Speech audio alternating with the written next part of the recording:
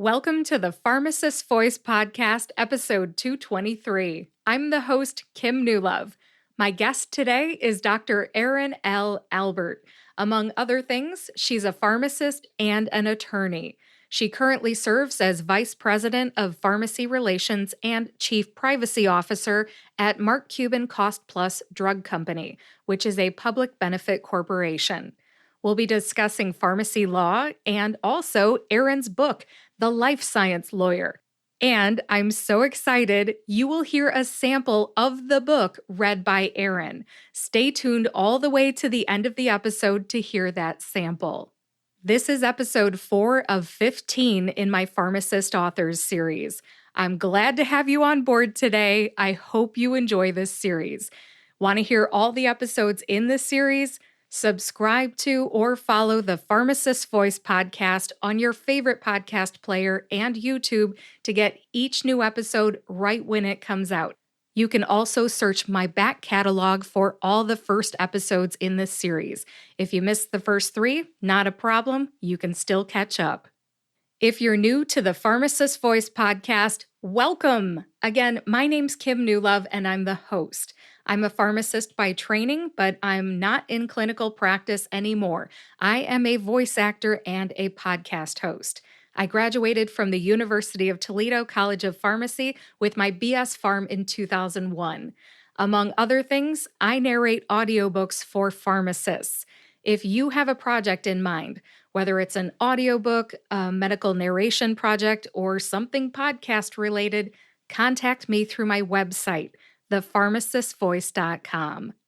Again, if you're new to this podcast, my interview shows feature a variety of people who use their voices to advocate for something, educate in some way, or entertain so that you are inspired to use your voice too. Now, without further ado, here's my interview with Dr. Erin L. Albert. Hi, Erin. Welcome back to the Pharmacist Voice podcast. How are you? Hi, Kim. It's great to be here. Super excited to be here with your audience. Awesome. It's great to have you on the show to talk about your book, The Life Science Lawyer. Tell me, what is the book about? Well, first of all, thank you for doing this series. I am super excited that there are tons of pharmacist authors out there now. I know over the course of my career, it's been awesome to see all the variety of published authors out there in the space, and I definitely think it's a great way to advocate for the profession. That aside, today I'm here to discuss The Life Science Lawyer. This was actually a book project that I put together right before I entered law school myself, believe it or not. So one of the reasons why I went to law school was the Affordable Care Act was coming out at the time, which now seems like it's been around for a long time. But when it was rolling out, I was noticing that a lot of discussions around healthcare actually didn't involve healthcare professionals. A lot of the Affordable Care Act was actually drafted by lawyers, attorneys, people in government. So one of the major reasons why I really wanted to go to law school myself was to be able to speak the language of law, but also serve as a translator for healthcare and what we bring to the table, not only as pharmacists, but all healthcare and life science professionals into healthcare at large. So for me, I wanted to kind of go on a learning expedition and interview other healthcare attorneys who were healthcare professionals before they went to law school, with the exception of one of the professionals that I interviewed in the book. So all of them either had some type of healthcare or life science background prior to going to law school. So I went through this whole series of asking them a lot of questions about why they had chose law school, why they chose their particular healthcare track, and what value to them they articulated or understood in having both sets of educational backgrounds in one brain, if you will. Can you remember how many people you interviewed? Was it more than 10? Oh, yeah, definitely. My goal was to get to, I guess my goal with all of the books that I've written where I interview people, the stopping point for me isn't a number per se. It's when I start hearing a consistent theme or message over and over, like 3 or 5 or even 7 times, and I start seeing a pattern. Here in this particular book, I think I interviewed between 30 and 35 professionals. Around 30 made it into the book. I would say there was a really good mixture between physicians, nurses, pharmacists, and some, like biochemistry or public health backgrounds. I even interviewed a dentist attorney, believe it or not. So there was a lot of variety in the healthcare arena to begin with, and then adding on the law. And then what I really wanted to understand was not only why did they want that combination and what value they saw in the combination, but what they were doing professionally as well. Because I think when you have both of these sets of skills in your brain at one time, that can be what one pharmacist attorney told me at one time can be both a blessing and a curse because you can do everything, but you can do everything. Interesting. I understand that you wrote this right before you went to law school. So, when would you recommend somebody interested in pharmacy law read this book? I think anybody who is a healthcare professional, not exclusively a pharmacist, but nurse, physician, biochemist, public health professional, anybody who is in the healthcare realm who has been pondering law school should pick up a copy of this book. And my advice in general, when healthcare professionals come to me and ask me about law school and the combination and why I did it, I always refer them to this book. But then I also encourage them to talk to as many people in this book, out of this book, who have that combination and get around those folks to understand, the things that I had asked these folks about myself. Like, why did you do both? What made you want to do both? What are you doing now professionally? What do you see yourself doing in the future? What advice do you have to other healthcare professionals? So it wasn't just me spouting off my own personal opinions in this book. It was more about the people that I had interviewed and what their take on it was, being, 5, 10, 15 years ahead of me professionally by having a combination degree. So I think any time is a good time because, frankly, law school is an investment. And actually, a lot of lawyers that I talked to long before I had even applied to law school tried to talk me out of law school. You don't say. I do say. Law changes your brain. When you study law, it affects you, and not always in a positive way, because the way lawyers look at the world is vastly different than most other professions. When you're a lawyer, you walk into a room and you're looking at all the possibilities of something going wrong, because that's what we're trained to do. We're trained to spot issues and resolve those issues. That's not the best thought pattern for everybody. Okay. So, when you're studying case after case after case of situations in criminal law or tort law or any of the areas of law that, there are lives at stake, I think that twists your brain in a different way. Now, is that good or bad? It depends. And I'm sorry, I just gave you a lawyer answer, but that mindset is kind of like bringing an intercontinental ballistic missile to a party. It's not something for everybody, but I think it's really important to get into that mindset and be around the people that you want to potentially not copy per se, but emulate, and understand, what's the good things about something, whether it be law or business or whatever the case is that you want to add on to your first professional degree. But what are the bad things about it? What are the detriments? What are the downsides? You said the famous phrase, "it depends." I swear every lawyer I have ever paid to help me with something has said that phrase. You do sound like a lawyer when you say that, but it's not a bad thing. It just means that you have been properly trained. Yeah. I mean, a good lawyer will say it depends. And I'm sorry on behalf of all lawyers that say it depends, so that you paid for their expertise, but they were doing you a favor, because I often joke, when I'm thinking as a lawyer in my whatever work that I'm doing, when I put on my lawyer hat, I go through what I call the parade of horrors, like all the bad things, all the ways this partnership, this deal could go sideways, right? And that is the hallmark of a good lawyer. They want to weigh all the parade of horrors, all the bad things that could happen, against mitigating or reducing the likelihood of those horrors from happening.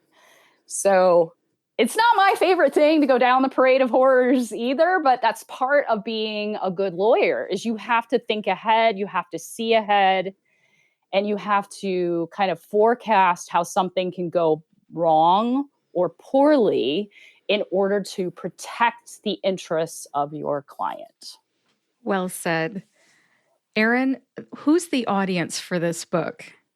Again, I think it's anybody who has pondered law school. And in the beginning, in the intro that I sharing with your audience for this particular episode, it talks a little bit about why I, in my intro, wanted to go to law school myself. I think it's for anybody that really is serious about, or maybe just pondering the idea of law school. I mean, law school is not something that you casually ponder. I mean, it's something that is a six-figure investment in most school programs. It is not an inexpensive proposition. It's also something that you're going to have to invest a lot of time and dedication into. For me, I went to law school part-time at night. That was a 4-year deal. That's a long haul, especially after 6 years of pharmacy school, right?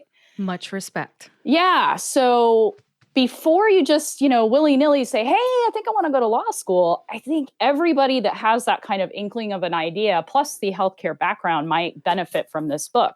And I know a lot of people who have reviewed it and read it, they've gone on to actually talk to some of the folks in this book, which I think is equally important as well, because unfortunately, a couple of them have passed since I published the book. But for the most part, all the lawyers here are still around, and they have vastly different backgrounds. I mean, one of the professionals, just to give you an inkling of, the professional backgrounds of this wild group of, career development pathways, one of the physicians in the book used to play for the NFL.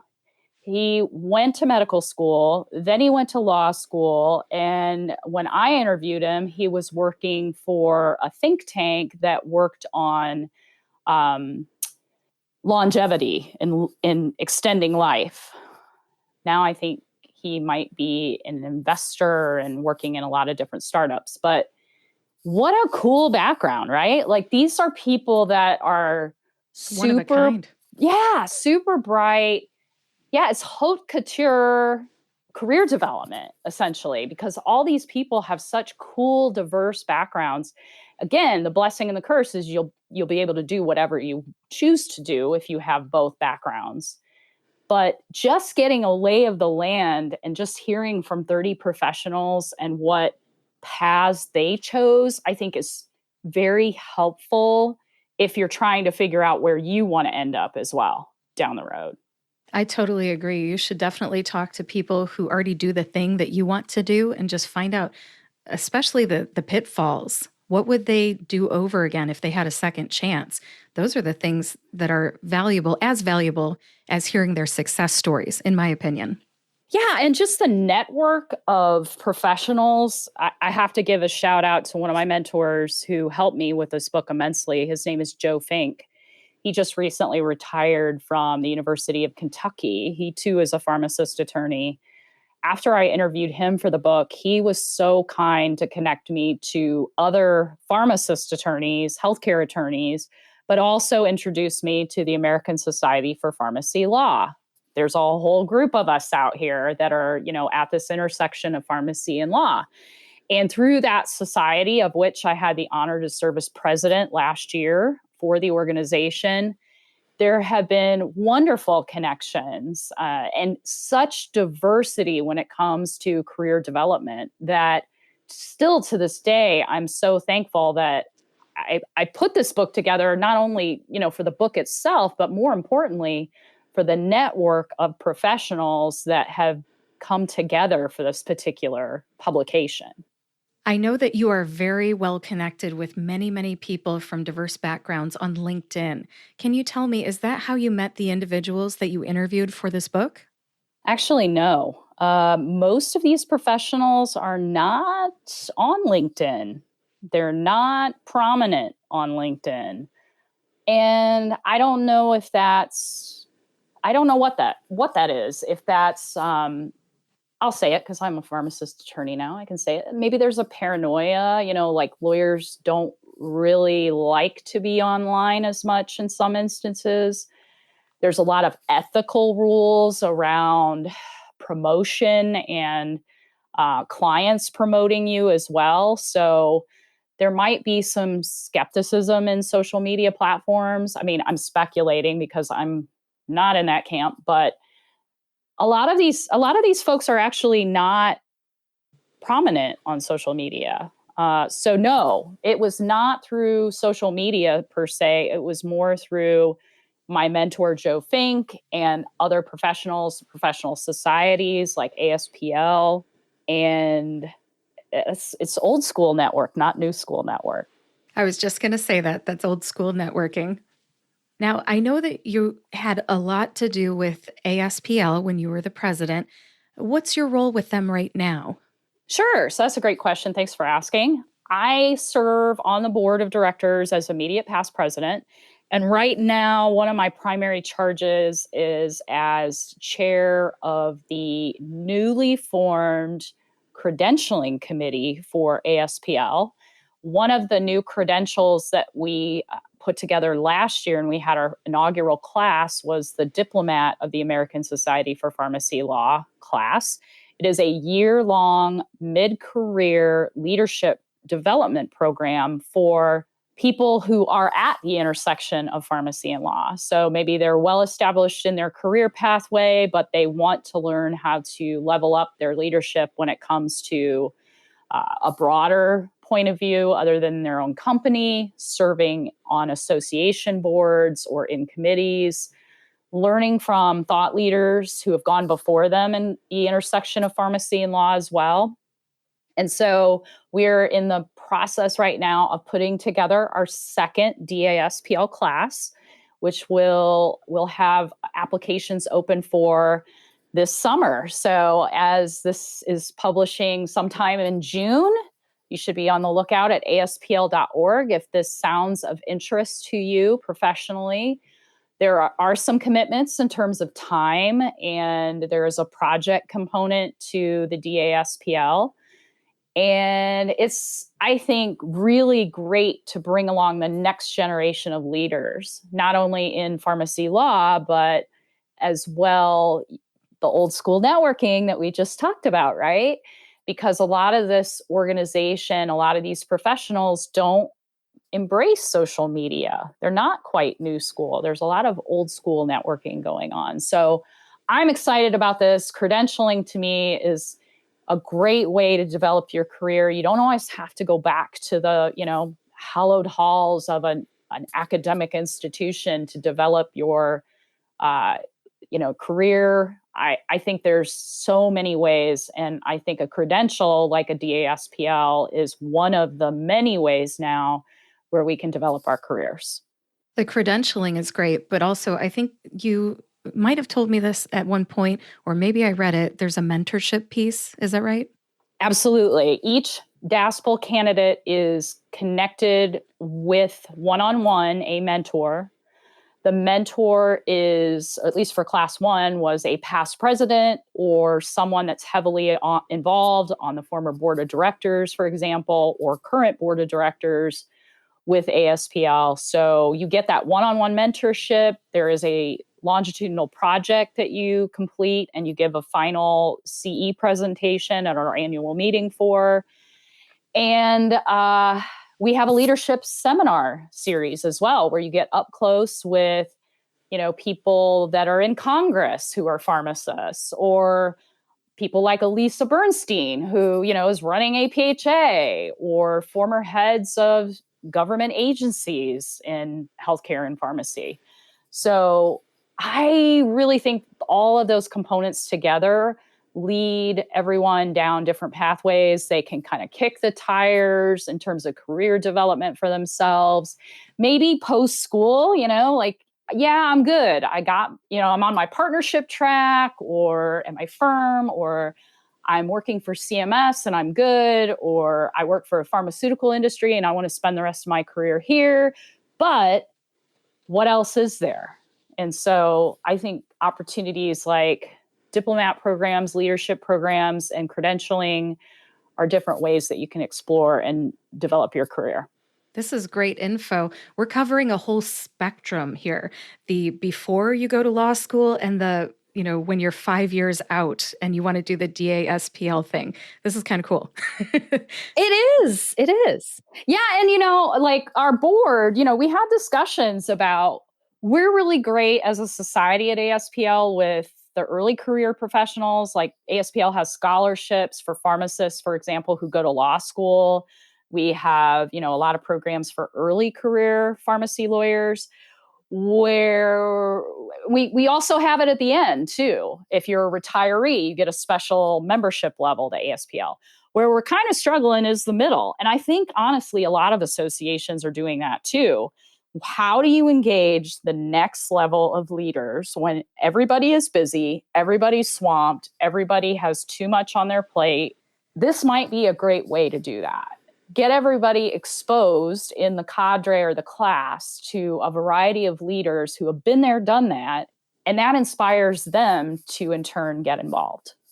Well, I wish you all the best with your second class of, would you call it diplomat in American Society for Pharmacy Law? Is that what you call it? Yeah. Yep. All right. Nailed it. Go. All right. Woo. Back to the life science lawyer. Sure. Let's talk about just a few more questions, then we'll wrap this up. What is the number one reason that anyone should read this book, The Life Science Lawyer? Again, it's whether or not you really want to make the investment of time and money in law school if you're already a healthcare professional. And I think you've already covered this, but the number one thing you want them to do with the information? Make an informed and educated decision about whether or not law school is a path you want to go down, because it would break my heart if people don't get educated on full disclosure of what they're going to face for the next 3 to 4 years if they go down the law pathway. And wouldn't it be a travesty if they got out and decided it wasn't for them? $100,000 poorer, for lack of a better term, and having given up, 4 years, 3 years of their lives. So even if you decide law school is not for you, there's still a group of associations, organizations in the back of the book where you can learn how to connect to others in the healthcare and life science law space. Other organizations where you can get involved. I mean, we have a lot of members at ASPL too who are not pharmacist attorneys, but they have a passion either for regulatory and pharmacy or healthcare. There's a lot of different pathways you can go down, auditing.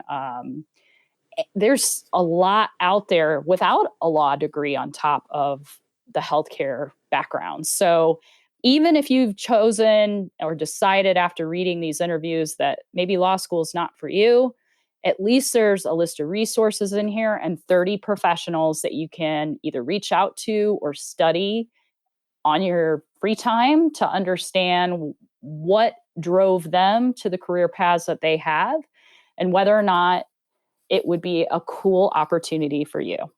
Excellent. I love resources. That's a really good mention. Thanks for mentioning that. Sure. Now, Erin, where can my audience buy this book? Yeah, it's available on Amazon.com, like any other book. I think, have a few copies available at erinalbert.com, but I really just go to Amazon. Everybody's there, right? Yes, absolutely. Once upon a time, we did an interview. I think it was episode 93. Yep, episode 93. And I think you have this website, farmllc.com. Is that still active too? It drives to erinalbert.com, but Farm LLC is my publishing company. So I publish my books under Farm LLC. So if you type that in, it probably should go to erinalbert.com. But most of my books are available, where you buy your regular books, Amazon being one of them. So yeah, it's out there, ready to buy. All right. Now, is it ebook and in print, or is it just in, physical print?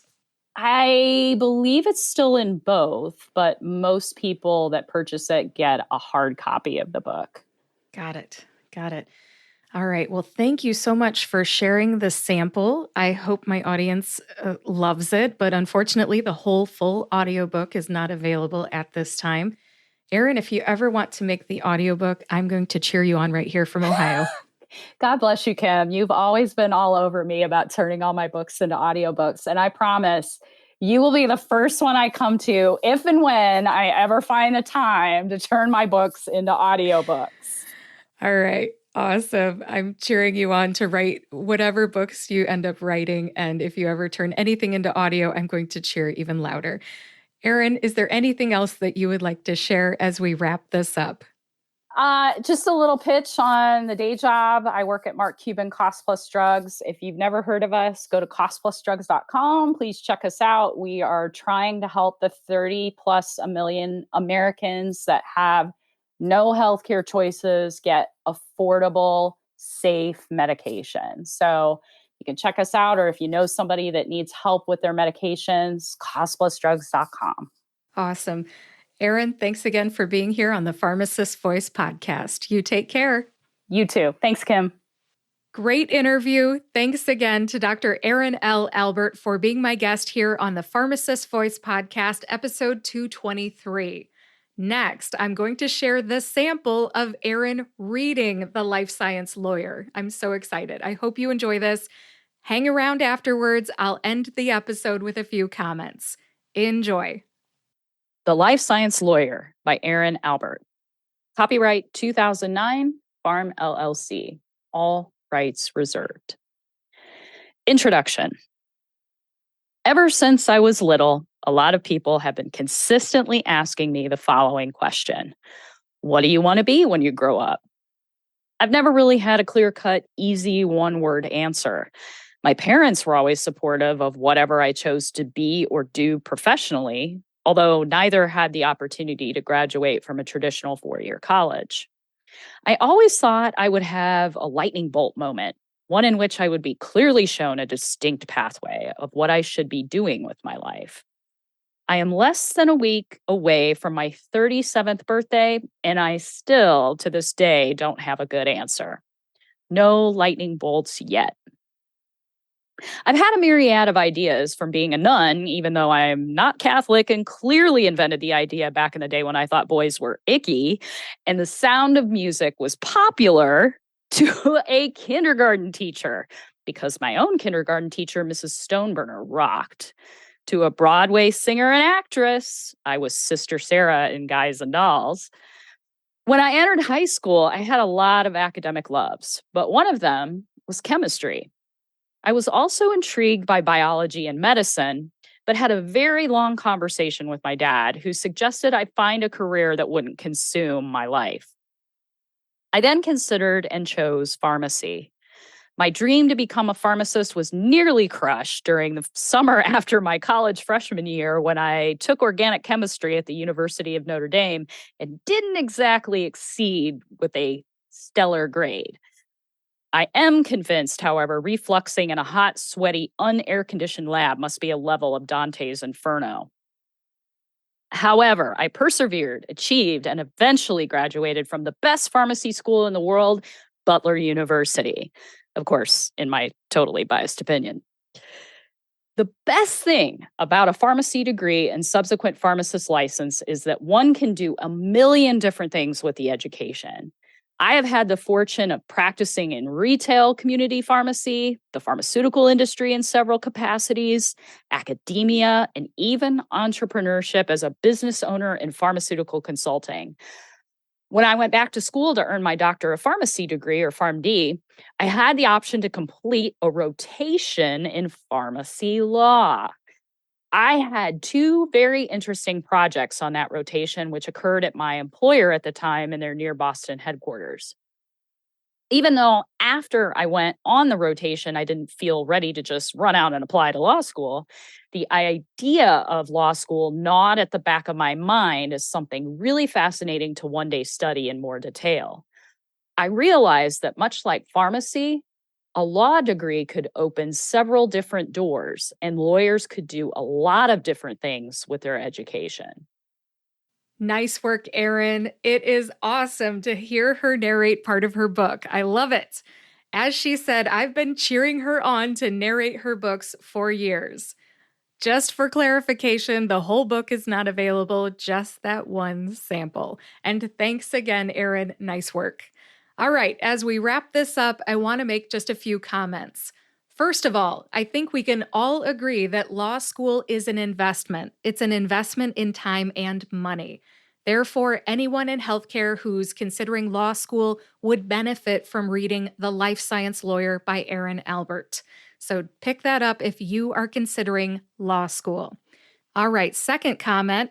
My guests use their voices to advocate for something, educate in some way, or entertain so that you are inspired to use your voice too. I hope you feel inspired after hearing Erin. Erin advocates for making informed decisions, as you heard. She also advocates for networking, whether it's new school or old school, mid-career leadership training for pharmacist attorneys, access to safe, affordable medications, and more. Erin is both an educator and an entertainer as well. If you put the two words together, you get the word edutainer, which is the title of Erin's podcast. Erin edutains through podcasting and writing and publishing books. Thanks again to Dr. Erin L. Albert for being my guest here on episode 223 of the Pharmacist Voice podcast. Please visit thepharmacistvoice.com to read the show notes. In the show notes today, you will find a link to The Life Science Lawyer on Amazon.com, the American Society for Pharmacy Law, also known as ASPL, Erin's social media links, my social media links, and more. If you know someone who would like this episode, maybe it's a pharmacist who's interested in law school, please share this episode with them. And if you like this podcast, please subscribe to or follow the Pharmacist Voice podcast on your favorite podcast player and YouTube to get each new episode right when it comes out. Next up on my Pharmacist Authors series is Dr. Sue Ojigir. We'll discuss her children's book, The Pharma Heroes, The Power of Precision Medicine. We'll be talking about that book on Monday, June 19th. Join us for that discussion. Thanks for listening today. I'll talk to you on Monday.